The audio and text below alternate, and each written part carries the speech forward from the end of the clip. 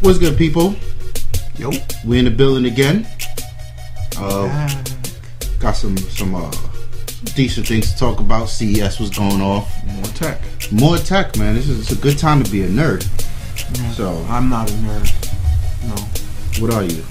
I'm an enthusiast. I'm a tech enthusiast. Okay. Well, I'm a geek. Yeah, there's a difference between a nerd and a geek. There is. You know? There is. What you been dealing with last time we? Honestly, I've been rocking out that PVR. You know, getting the fine tunes and using it. I like it. You know, it's good to record your gameplay. Yeah, it's just a few people that's not going to be happy. I have your screen there. I have your gamer tags. Yeah, you will get YouTubed. Yep, you know, it's coming. It's liberating. Yeah, it is. I dig it. I dig it. You know, and the Tritons, of course, which are remarkable. The 7.1 joint you reviewed. Yeah, those are nice. You know, listen. Again, if you don't have them, go out and pick them up for the buck. They're excellent. The first ones you gave me the first ones. Yeah. The 5 point. I like them. And remember that. Yeah. Well, they're not 5.1. They're not. No, they're Dolby. Oh, they're still good. Yeah. They're pretty damn awesome. Yeah. But let's get into what's new. We got one of the things that's making waves right now is the Nvidia Project Shield. Yeah, it's a game, like a kind of a gaming tablet / right, but not even a tablet. So the basis of this thing is it's weird. They built it based on a game controller. So if you look at like an Xbox controller, right? Picture an Xbox controller with a screen on top of it. Right. So that like a really big Xbox controller with it. It doesn't look that big, tell you the truth. Well, is it because they went? What did they went with? What 10.1? No, that's no. You're thinking a Razer tablet. Oh right. This is the Nvidia joint. Right. Yeah. Everything is going tablet now. So when you see one, you're kind of like, didn't I see that before? Yeah, man. This one is nice. It's got a 5-inch screen on there. Okay. It's powered on the new Tegra 4 platform. So things like I think the Surface is Tegra 3. Right. Some of the newer tablets like the Nexus 7 or current tablets are Tegra 3. Right. Tegra 4 is the next iteration of that. And that thing comes through with it's got, what makes it powerful is a 72 core GPU. Right. So there's a processor and then there's a gaming processor that's just for games. Right.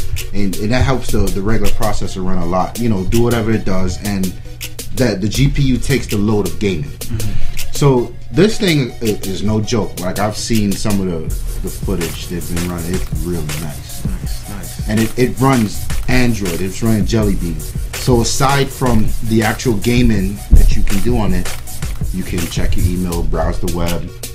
You got access to the Play Store. Right.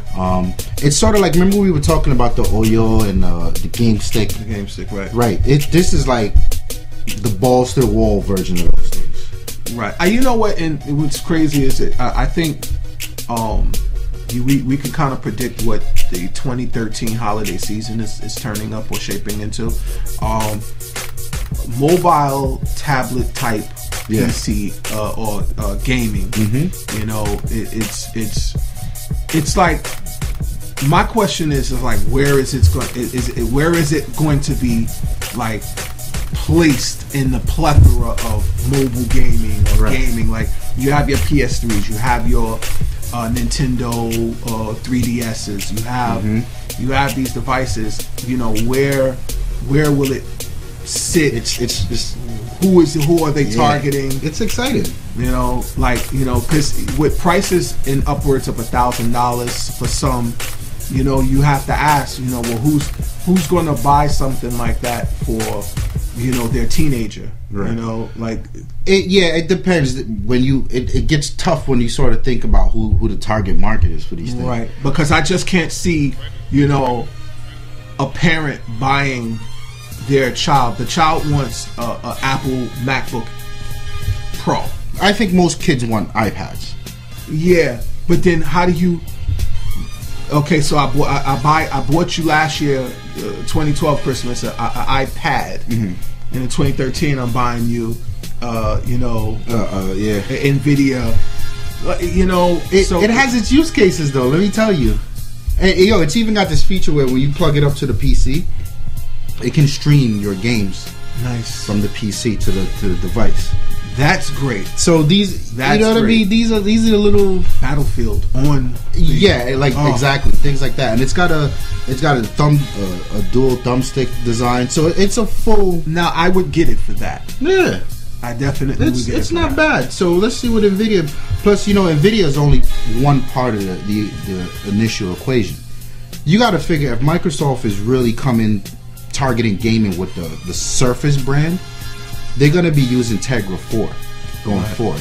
So this thing for Nvidia is, it's their thing. It's nice, but I'm really excited to see how other people use this. 'Cause you got to think if Sony were to reimagine the PS Vita, they would be using Tegra 4. I would think so. It's powerful. I would think so. I like Nvidia. I like what they're doing here. This is a proof of concept type deal, and I think some people will get it. But I'm excited to see how that offspring of the new gaming genre is going to play out for 2013. Well, let's see what happens there. The Sony Xperia Z. I like that. I like that too. After having saw the video, I looked at it and I'm like, okay, it's a Sony device. They make very attractive devices. They do. You know where our hearts lie. So you become very partial to what you have, and everything else is second best. But I liked it. It's very much its features, like the whole shutting down. I forgot the stamina mode. Right. So now that feature for an Android device, an Android powered device, is remarkable. Like they actually doing it better than anybody else is at the moment. Right. Because right now, if you don't have an app that shuts down your let's touch that. So with Gingerbread, what was the one before Gingerbread? Froyo. You see, anything before Ice Cream Sandwich, that was the consensus that you had to get an app killer. Right. And even with Gingerbread, a lot of like the hardcore Android fans and engineers said, no, don't do that. It actually screws with the OS when you use these apps. So there was like I don't know what to do because my phone is dying, everything's running, I got to do something. Now with Ice Cream Sandwich and Jelly Bean, you don't have to do anything. Yeah. And like I get so tuned out when I start reading the specifics as to how ICS and Jelly Bean handles the app management now, because I'm not that geeked out into Android anymore, but they got it down. Yeah, I think they had no choice but to get it down. Right? Yeah, they did. It was honestly like, and I came from Froyo. Yeah, Gingerbread. There you go. Terrible. I have the Ice Cream Sandwich. So they went from a wonderful mess to a more understandable mess. Yeah, I mean, in all honesty, Android to me is still a mess, because whenever you allow, I believe that, and once upon a time I didn't, because coming from Windows Mobile, tinkering with your phone was just like, I come home, I'm bored, I don't have anything to do. Oh, let me flash my phone. Yeah, right. So now, coming from that, I can appreciate an Android device, but for the general consumer, it's a wonderful mess, and it allows for too much management by the consumer, right? And thus you now have apps running independent. But you're talking Gingerbread and Froyo era. Yeah, even now though, per se, Ice Cream Sandwich and Jelly Bean. Whoa. Listen, okay, here's the thing. You got a Galaxy S3. Right. Fuck Samsung. Yeah. Let me go out and say that. Fuck anybody that puts their UI on top of Android. Like, I can't stand that. This is why the Nexus brand is such a hot commodity in Android world. Yeah. When you flash your phone, I keep telling you to flash your phone. Maybe we'll We'll make a video. We'll do a video out of that. How to brick a phone. So, the plain jelly bean and ice cream sandwich experience is good. From that perspective, remember, I never liked the plain Android experience. Remember, I was because it was ugly. It was like it looked like Windows XP. Right. I was divided by 2. I was partial to Sense. Right. You know what I'm Which saying? was exactly what made the shit horrible. It really did. Sense, if and you couldn't shut the Sense off. You could. It was so. It had so many hooks into the OS, and it required something like 60% of the goddamn resources on the phone to run. It was like it really did. It made no sense to have it. Right. So, no pun intended. But Sony, the fact that they even took what was on an even better experience on top of Jelly Bean and how that managed applications and made it even better. Kudos to them. Yeah. So, I think the world is waiting for the perfect device to merge Android with. And I believe with Jelly Bean, and then they're coming out with the newest. What was this? I don't even know what the hell the name was. Something else edible, whatever. Yeah. To merge this OS, let's just go with Jelly Bean for a second with the Sony Xperia Z. Mm-hmm. Now you're talking a real solid device, right? Like all the way around. Where the design is, yeah, it's definitely where anybody needs to be who is Android fanboy, Android fangirl. It's where they need to be in their device, right? And I actually will buy it when it comes out. I will. So here's my thing about Sony. There's something called a sleeping giant. I reserve that phrase for Microsoft. They're sleeping giant. They'll act like shit doesn't happen until you kick them in the ass. Then it's like, oh shit, shouldn't have done that. Yeah. Now we're getting steamrolled. Sony is much like that, but I like to call Sony an annoying giant. Because Sony is still a very powerful brand.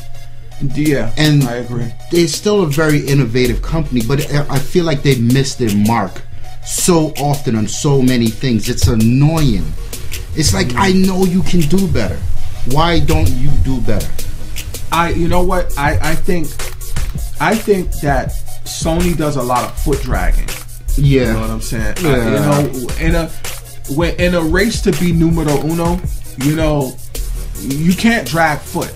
You lace them up tight, you get down on your mark, and then you haul ass. Right. All right. It's foot dragging usually gets you bumped right out of the whole ecosystem. So, I think with this, with the Z, they'll find themselves. Hopefully. I think they will. Like right now, their direct competitor would be Samsung. Perhaps. I personally, remember, as far as Android is concerned, right? And we'll exclude Apple because, well, it's Apple. Yeah, but care about Apple so the specs of this thing: 5-inch Full HD display.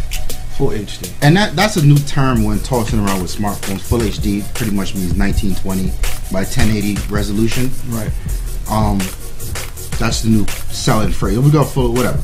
So it's got the Full HD. It's got some Bravia mobile engine technology. Yeah, it's pretty much some trickery from the TV line as to how to display images. That's what Samsung does with all casts or all share. Whatever. No, not all. No. This is just a way the screen portrays colors. Oh, okay. Not even sharing images. This is just the way, like, Nokia's got the pure black technology. Right. And it's something the screen does in the light. Oh, that makes it more real. So this is their version of how it makes pictures look better. Whatever. Yeah. Whatever. No, I thought it was actually that. We'll get to that one in a second. Yeah. It's got a quad-core 1.5 gigahertz processor. It's got 2 gigs of operational RAM. So that's what it's clocked at, 1.5. Is that the going figure? Yeah, it's one when you talk quad core, right? Because the dual cores were up to like 2.5, I think. Okay. The quad cores are actually they're 4 cores, and each core is running at 1.5 gigahertz each. Okay. Then it's got 2 gigs of operation memory. It's got the PlayStation Store preloaded on there for your games. Yeah, there you go. Then Sony's got their sharing thing that they use via NFC, which is actually pretty cool because, you know, Sony's got a boatload of like really premium headsets, and if you got Sony TV, you can touch the phone to the remote and then have everything from the remote. It automatically knows what to display to the TV. Interesting. So like, this is what I'm talking about with annoying giant when it comes to Sony. This shouldn't have taken you 5-6 years. Like, you had this under your belt all along. And it sucks that it took them so long to get it, but they got it. Let me tell you, the Xperia Z. I like. I'm torn between this and a BlackBerry 10 device for my second device. I don't know where I'm gonna go. I'm gonna wait until BlackBerry. And it has HDR video. Right. First. So HDR is pretty much, when you talk HDR images, it takes 3 different exposures of image. Really, really bright, center, and then really low, and then it optimizes. It says, okay, let's put them together and compile an image that looks best. Nice. They're doing that with video. I'm interested to see how they're doing that. That's dope. It's a 30 megapixel. No, 18? 18? 18 or 12? I forgot. I thought they had one. Not 30. No, Nokia was the one that had the 30 going on. Yeah. Well, yeah, that was 30. That was 32. 32 megapixel. I think it's an 18 megapixel camera. I don't know. But the megapixel, yeah, it's a sensor. Yeah. So I like the Z. We'll see where Sony goes with that. Then we got the flexible displays. Right. Samsung had a lot of proof of concepts at CES, which is pretty much like a flexible display. Browse back, check out some of our Lifestyle Defined prior posts. Microsoft, they had, it was a little like kind of a cartoony type of commercial they did, future tense, where the entire device you'll see through. It's actually front and back was a display. Yeah. So remember, now mind you, that post was done about a year, maybe a little more than a year ago. So just goes to show what's down the pipeline for technology. So flex display, let's use this for an example, because I think this is about the only thing on this table that could flex. This is all a display. It flexes. That's flex display. It's dope. All right. Yeah. I'm kind of digging it. The problem is, what do we use it for? So they had a proof of concept device. Right. So if you look at the phone, this is your regular screen and the display extends onto the side. Right. So the way they had it was on the side where you would see display, it would display like stock tickers, text messages, previews, whatever. It's still useless. The technology is cool, but it's one of those things where here's a proof of concept and we have no idea what we're going to use this thing for. Yeah, and what's crazy is it'll probably never, for a long time, not make it to the market. Yeah, and if it is one of those things, if it did, it'd be expensive as hell. But I gotta believe if they're showing it at CES, it's about a year or two off. Yeah. So they gotta have some sort of plan for it. I'm not mad at that. Flex display is cool. Yeah, much like 4K TV. Right. You know, 4K TV. So 4K TVs. Let's get into that. What do you think about 4K TVs? Well, let's first.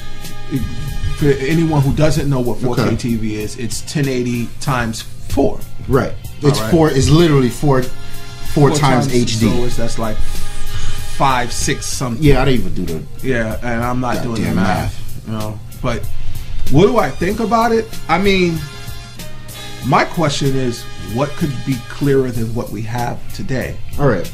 So that's a consumer. That's a real consumer concern. Right, and also to attach to that, what could be clearer than what we have today that we can actually see? Right. You know, that's the frame rate argument, right? Things people sell you games at 30 frames a second, and then they say this is 60, and you can kind of see a difference if you're looking for it, but if you're not, yeah. So I haven't seen one yet. Snow said he saw one, he liked it. But here's the thing with 4K, right? The movie industry on a whole, not even the movie, the TV industry invested a lot of money in HD. Yeah, they really did. And the thing about HD was, remember for a while you had this whole debacle, TVs were being sold that had 1080i, not 1080p. Some of them didn't have, they only did 720. So they were saying technically it is HD, but it wasn't full HD, which is how that phrase full HD comes about now. Right. Some people still don't have full HD TVs in their house, which is why every Black Friday people kill each other to get TVs. Right. Because people still catching up. There's a lot of money vested in this, right? You've got the TV companies at 1080p still. You got people, the cable companies selling cable boxes at 1080p. Yeah, 1080. Still charging for recorders that record 1080p. Right. You've got devices like Hauppauge that record 1080p. So it's a whole industry around these things that's got to be upgraded to 4K. Are they willing to put the effort and money forward to drag the rest of the industry up to this? I feel like with that, and the first 4K TV is 30 grand. And my point exactly. I don't know if you guys remember, and this is much to what he just said. My point, back when I'd say maybe late 90s, the TV. If you were anybody, if anybody came to your home and they saw a Mitsubishi flat screen.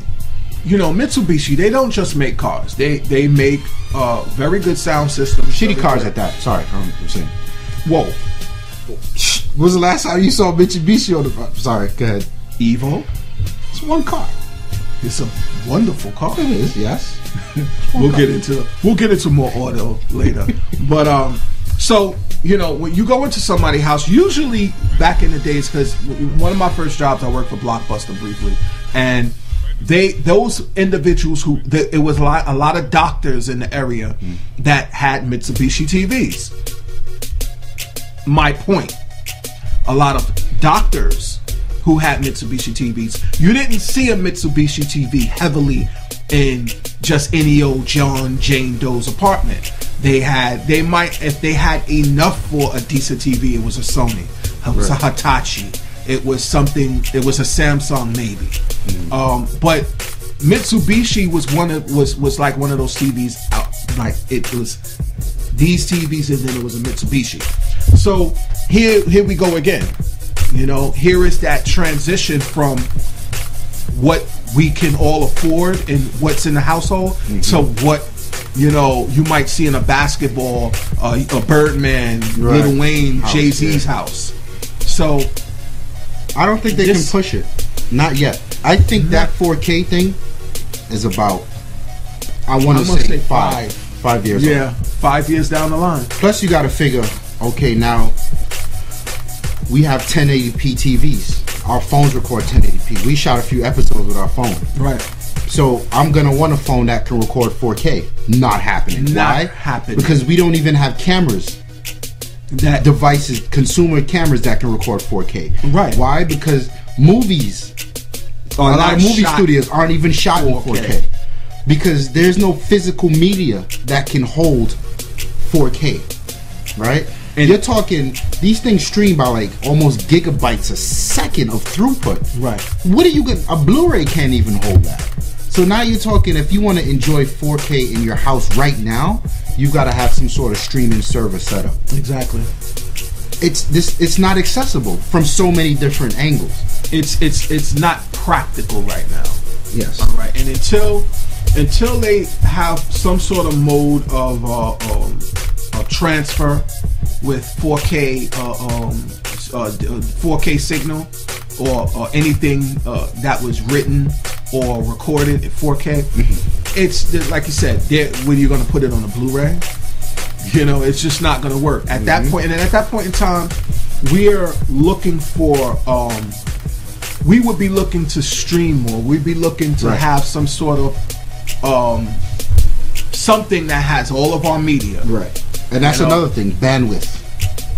So, how does somebody like Netflix, which accounted for 40% of internet traffic last year, right? How do they even begin to think about supporting 4K streaming? They don't. You can't, right? YouTube. Because there's still data caps down south in America. Canada's got data caps. So what are you supposed to stream the Flintstones at 4K and completely blow through your data cap? Exactly. Not happening. So great concept. Yeah. Just don't expect it anytime soon. Cutting edge is cutting edge. Yeah, it's still it's out there. It's a ways away.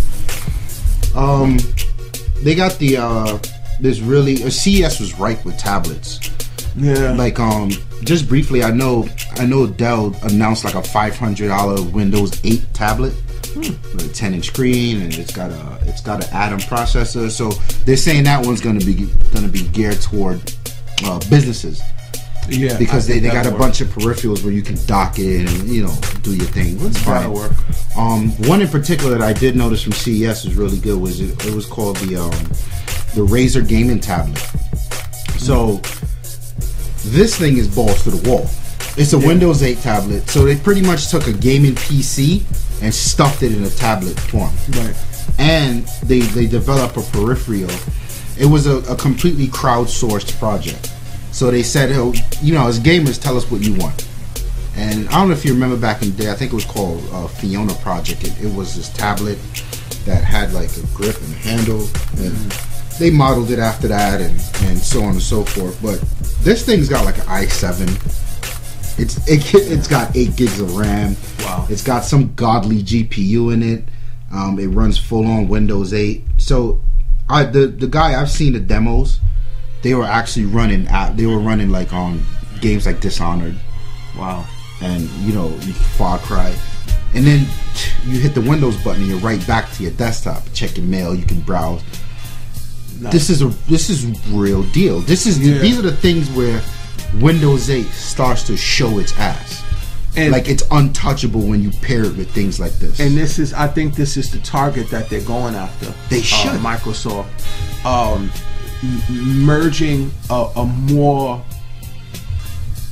like a pro gamer or you could say power gamer with everything else they need to do in one package. Right. I saw it and again, the price with everything they said with peripherals and the unit itself started at G. Started at a G, but high spec. I'm sure it's going to probably touch the 1,500, maybe almost pushing 2,000 mark.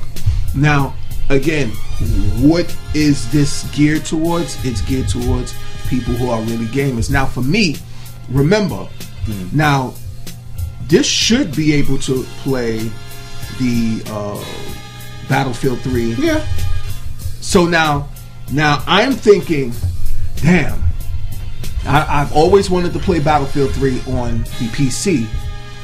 Now I can do it and walk around with it. Right. I really the only drawback to this device was it only offered about an hour of gameplay unplugged. No, I mean what? Well, shit, you got that GPU. There you go. That's a limitation. But I think what's dope about this, right, is people ask me all the time, I want to get a new laptop. What's a good amount of? I always say a safe amount to spend on a new laptop or a new desktop is about $1,000. Yeah, look at this thing here. Yeah, it's set up for gaming, but you gotta peek the specs. i7, 8 gigs of RAM. This is a good buy for anybody. Yeah, because now all you gotta do is, I'm sure they'll come out with accessories. Buy the stand. Drop this thing somewhere at a docking station, drop it in the corner on your desk, connect your mouse, connect your monitor, connect your keyboard, and you have a PC. Just like you would a laptop, but it's a PC that you can now take your screen and sit on the couch. Like this is the promise of Windows 8. You can this is where it's dope at. For $1,000. Show me Apple's equivalent to that. There is none. Shit, Apple has a hard time getting any type of proper gaming off their ass, right? Because let's just face it, no one cares about Apple. If it's not a third-party developer, Apple really doesn't. They don't even have third-party. They don't barely. They get like they get leftover games from like 2 years ago. Yeah. So forget that. Angry Birds Right? is not considered real gaming. That's for your kids. Right. Now, my thing about it is, let's find the lowest spec MacBook Pro and pair it with this. Now you start to see where it's like, oh shit. Yeah. It wasn't before. It wasn't just it was a comparison of, yeah, well, you know, people would say a MacBook Pro base versus some HP machine. The HP machine would be $1,000, and the MacBook Pro would be $2,000. But the HP machine is ugly. It's plastic. Like, yes, I agree. But now this is a whole different ball game. For that same $1,000, you get a touchscreen. You get real gaming. You hear what I mean? Real gaming. Things are changing. Yeah, things are changing. Everyone wants to walk around with an Xbox in their backpack. I mean, almost literally. That's you dope. know? And why not? Why not? So listen, 2013 is gonna be a real dope year for technology. I believe so. Yeah, they're really pushing the envelope. I think it's a good year for technology. Android is coming big. You got Polaroid just released a new Android camera. Remember we were talking about the Samsung one? Right. Polaroid released one. I personally don't care about the point and shoots. I want to see somebody like Canon come out with an Android. SLR. Right. And listen, I'm a Microsoft fanboy at heart, but I like to see things do what they do best. I don't want Windows Phone, not because it's got a blue screen on your camera. Like, no, the OS just doesn't work. You want something geeky like Android on your camera because you can get in there and tweak settings. Because you know they're gonna flash it. Right. There's a developer somewhere out there, and they did it for the Samsung one already. There's a developer out there that's gonna find a way to make it work better. If there's a tweak, if there's a something that doesn't work from the start, there's somebody out there that's gonna offer a fix to make it work. So I want to wait till see if we can get SLRs with Android on them. Yeah. That's when I'll break the bank. But it's coming along nicely. I agree. It's coming along nicely. So, as we talked about in the beginning, I got a hold to my PVR2 gamer, Hauppauge. Here they are again. Yeah, Hauppauge, they got the HD PVR2. Yeah. Just without the gaming. Without the gaming. Right. So this one here is this is more for consumers. So this one, the difference between that and what we have, which is the gaming, is it's got a port for IR, for an IR blaster on it. Mm-hmm. So what IR infrared, what that pretty much does is it can learn the frequencies to your cable box in your remote. Mm-hmm. So that in turn lets it change channels when it wants to. And I got a media center, and this is what I use for my media center. Right. It reads the channel, it reads the frequencies, and then Microsoft, it pulls down a list, your cable guide listing, and when you tell it to record something, it manually, whenever it's time to do it, it sends the thing, change the channel, starts recording itself. That's actually old, not old technology, but it's fairly old. Yeah. It's actually pushing almost 20 years now. Yeah. The first time I actually had that, I had it was either a VCR or a VCR. Whereas when I set it to record, what it did was it wasn't. It was the first TiVo. Yeah, VCRs did it too. Though. VCRs did it too, but I remember you used to make that stupid that noise. Yeah, it was really funny. But what it does was if you hooked it right and then you set it right in front of your cable box, the little IR blaster. Mm-hmm. And so what happens is once you set it to record, boom, it changed the channel and there you have it. Really good. I mean, when I really realized it, PVRs are nothing more than DVRs. Yeah. For all intents and purposes. Pretty much. I mean, it's just more of a scaled down. Exactly. The thing about, I'm a big fan of Media Center. You've seen my Media Center. I've got tons of movies on end. And I've got full recorded TV. The thing about the Media Center is you got to have a capture card. Mm. And I actually do have a Hauppauge capture card, a PCI capture card that goes in the machine.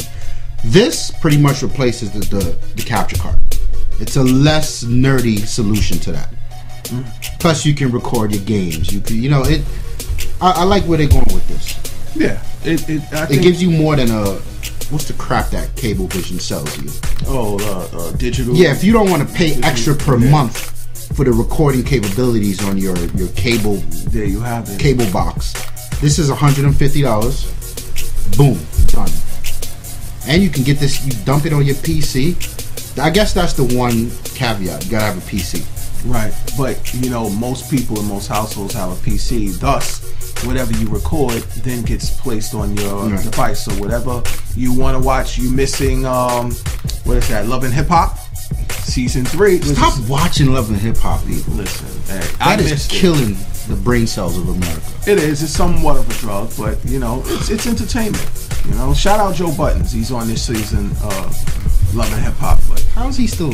I don't. Yeah. Whatever. But you know, so for those of you who, you know, they need that, they want to watch it on their TV, on their portable devices, their iPads, iPods. Exactly. That's the plus. There you go. You drag it right over to your device. You're watching it freely. So that's us. That's the lifestyle. Thank you for joining. God bless. Good night. Peace. LifestylesDefined.com, representing everything you could ever love. Fashion, technology, entertainment, auto, gaming, and so much more. This is more than a blog. This is your lifestyle. LifestylesDefined.com.